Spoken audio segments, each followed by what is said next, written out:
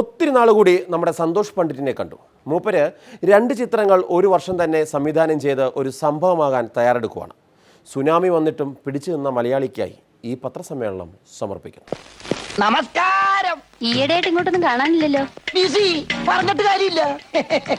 Social psychology, എനിക്ക് psychology കുറച്ച് ഇഷ്ടമുള്ള വിഷയമായതുകൊണ്ട് സോഷ്യൽ സൈക്കോളജി എന്ന് പറഞ്ഞിട്ടൊരു കാര്യം, അതായത് സാമൂഹ്യ മനഃശാസ്ത്രമാണ് ഞാൻ ഇതുകൊണ്ട് ഉദ്ദേശിക്കുന്നത്. 2016 ഏറ്റവും കൂടുതൽ സിനിമ സംവിധാനം ചെയ്ത റെക്കോർഡ് കിട്ടും എന്നാണ് പ്രതീക്ഷിക്കുന്നത്. ഇനി ഇതുവരെ ഒരു സിനിമ മാത്രമാണ് ഇറക്കിയിട്ടുള്ളതെന്ന് ഞാൻ വിചാരിക്കുന്നത്. നിങ്ങൾ ഓർമ്മയിൽ ആരെങ്കിലും ഉണ്ടോ 2 സിനിമ സംവിധാനം ചെയ്ത് 2016? ഞാനൊരു സത്യം പറഞ്ഞ വിശ്വസിക്കൂ. ഓക്കെ, എനിക്കത് ഓർമ്മയില്ല. എനിക്ക് ലക്കുണ്ടെങ്കിൽ ഇനിയുള്ള ആഴ്ചകളിൽ ഒരു സിനിമ ചെയ്തവരാരും 2ാമത് സിനിമ ഇറക്കൂല എന്ന് കരുതാം. പിന്നെ വളരെ ഒരു വില്ലനായിട്ടാണ് വരുന്ന ആളുകൾ എന്നെ വല്ലാതെ വെറുക്കും. അതൊരു സത്യം മാത്രം. ആ റോൾ അങ്ങനെയാണ്, ഇങ്ങനെയൊക്കെ ഉണ്ടായി. എന്തായാലും സ്റ്റോറി വളരെ ഒരു മലയാള സിനിമയിൽ ആരും ഇതുവരെ കൈവച്ചിട്ടില്ലാത്തൊരു വ്യത്യസ്ത പ്രമേയമാണെന്നാണ് ഞാൻ മനസ്സിലാക്കുന്നത്.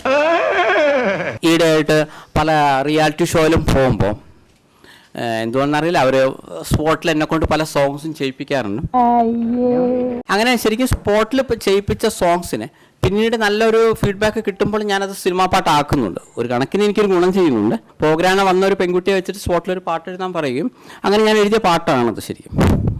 അപ്പോൾ ഇപ്പം അതിൻ്റെ ഇതുകൂടെ പറയാം. ഒരു സാമ്പിൾ നോക്കട്ടെ, പാട്.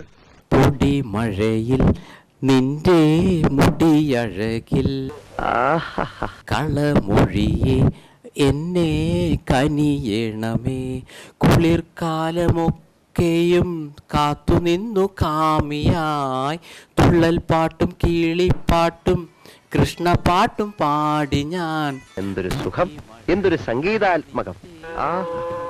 ഐശ്വര്യത്തിന്റെ സൈറം മുഴങ്ങുന്നത് പോലെ ഉണ്ടല്ലേ. മുടി മഴയിൽ നിന്റെ മുടിയഴകിൽ.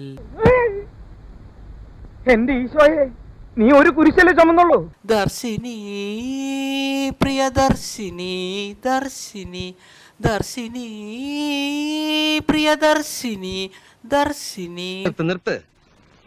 ആക്ഷനും അർത്ഥമൊക്കെ കൊള്ളാം, പക്ഷെ നീ പാടണ്ട. പാടുമെന്ന് പറഞ്ഞാ മതി.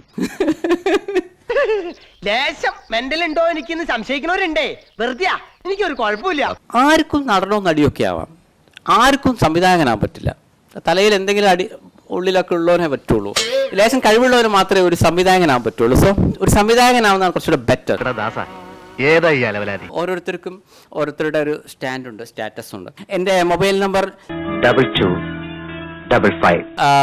ഇത് ജനറലി ഞാൻ എല്ലാവർക്കും കൊടുക്കുന്ന നമ്പറാണ്. കിട്ടാൻ കുറച്ച് ബുദ്ധിമുട്ടായിരിക്കും, മെസ്സേജൊക്കെ അയക്കണം. അധികമൊന്നുമില്ല, 2-3 പിരി എവിടെ കർമ്മണികാരസ്ഥ മാഫലേഷു കഥാഞ്ജന മാ കർമ്മത്തിൽ മാതേ സങ്കോസ്ത കർമ്മണി എന്ന് വിശ്വസിക്കുന്ന വ്യക്തിയാണ് ഞാൻ. നോട്ട് അസാധുവാക്കൽ 1971 നടപ്പാക്കിയിരുന്നെങ്കിൽ രാജ്യത്തിന് ഈ ഗതി വരില്ലെന്നാണ് പ്രധാനമന്ത്രി ഇപ്പോൾ പറയുന്നത്. ആ സ്ഥിതിക്ക് ഇനി ഞാൻ എന്നാ പറയാനാ? ഒക്കെ ശരിയാകുമായിരിക്കും. അടുത്തയാഴ്ച ആരൊക്കെ എന്തൊക്കെ നിരോധിക്കുമെന്നറിയില്ല. എന്നാലും കാണാമെന്ന പ്രതീക്ഷയിൽ നല്ല നമസ്കാരം.